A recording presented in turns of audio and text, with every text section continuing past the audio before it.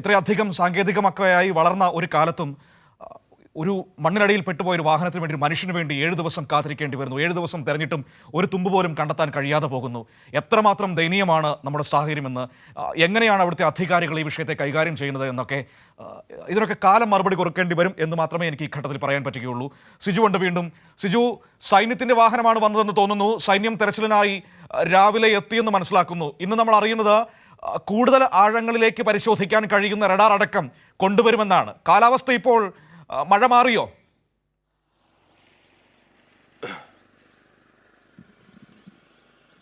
മനു, മഴ തൽക്കാലത്തേക്ക് മാറി നിൽക്കുകയാണ്. ഇപ്പോൾ അല്പസമയം മുമ്പ് സൈന്യത്തിന്റെ വാഹനമാണ് അകത്തേക്ക് കടന്നുപോയത്. ബൽഗാമിൽ നിന്നെത്തിയ കരസേനയുടെ 40-അംഗ സംഘമാണ് പ്രദേശത്ത് രക്ഷാദൌത്യത്തിനായി എത്തിയിട്ടുള്ളത്.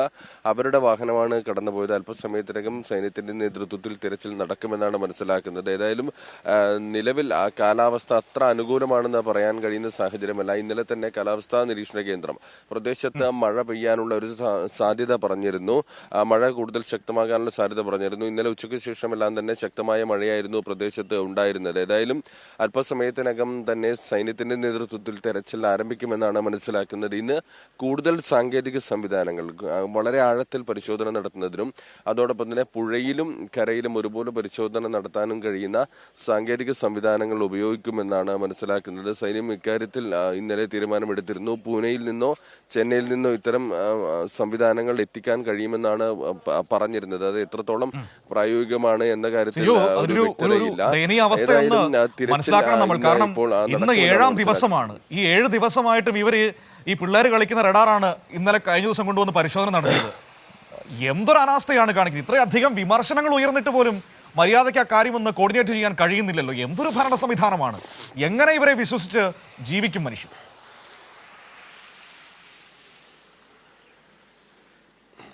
കർണാടക സർക്കാരിന്റെ ഭാഗത്ത് നിന്ന് ഗുരുതരമായ ലംബാവം തന്നെയാണ് ഉണ്ടായിക്കൊണ്ടിരിക്കുന്നത്. കഴിഞ്ഞ ദിവസം നമ്മൾ കണ്ടതാണ് ആകെ പരിശോധനയ്ക്കായി കൊണ്ടുവന്ന സംവിധാനം എന്ന് പറയുന്നത് സുറത്കൽ NIT-യിലെ അവിടെ ഉപയോഗിക്കുന്ന ചെറിയ ശേഷിയുള്ള റഡാർ സംവിധാനമാണ്. ആ റഡാർ സംവിധാനം ഉപയോഗിച്ചാണ് ഈ മണ്ണിടിഞ്ഞ സ്ഥലത്ത് പരിശോധന നടത്തിയത്. ഇന്ന് എന്തായാലും സൈന്യത്തിന്റെ നേതൃത്വത്തിലുള്ള ഒരു ഇടപെടൽ ഉണ്ടാകുമെന്ന കാര്യത്തിലാണ് ഒരു പ്രതീക്ഷയുള്ളത്. ഏതായാലും കർണാടക സർക്കാർ ഈ മണ്ണിനടിയിൽ അർജുന്റെ ട്രക്ക് ഇല്ല എന്ന് പറയുമ്പോഴും ആ ഭാഗത്ത് പരിശോധന നടത്താൻ തന്നെയാണ് സൈന്യത്തിന്റെ തീരുമാനം. പരിശോധന ഇന്ന് തുടരുമെന്നാണ് മനസ്സിലാക്കുന്നത്.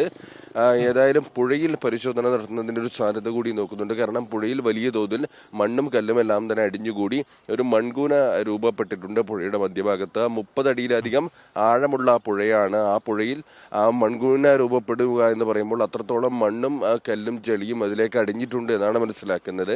ആ ഭാഗത്തും പരിശോധന നടത്തുന്നതിനുള്ള സാധ്യത തേടും മനു. ഈ നേവിയുടെ സ്കൂബ ടീം അതിനുള്ള രാവിലെ തന്നെ എത്തുമോ? അങ്ങനെ ഒരു സാധ്യത അവർ തേടുന്നുണ്ടെങ്കിൽ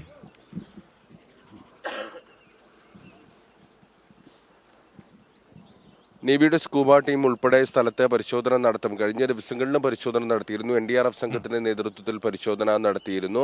ഒരു സാധ്യത കർണാടക സർക്കാർ മുന്നോട്ട് വെക്കുന്ന ഒരു സാധ്യത എന്ന് പറയുന്നത് ഈ വാഹനം ഈ ശക്തമായ മണ്ണിടിച്ചിലിൽ അതിനോടൊപ്പം തന്നെ പുഴയിലേക്ക് പോയി എന്ന രീതിയിൽ ഉള്ള ഒരു സംശയമാണ് ഇവർ മുന്നോട്ട് വെക്കുന്നത്. ഏതായാലും ഈ പുഴയുടെ മധ്യഭാഗത്തായി 30 അടിയിലേറെ ആഴമുള്ള പുഴയുടെ മധ്യഭാഗത്തായി വലിയൊരു മൺകൂന തന്നെ രൂപപ്പെട്ട ദൃശ്യങ്ങൾ നമ്മൾ കഴിഞ്ഞ ദിവസങ്ങളിലെല്ലാം കാണിച്ചു.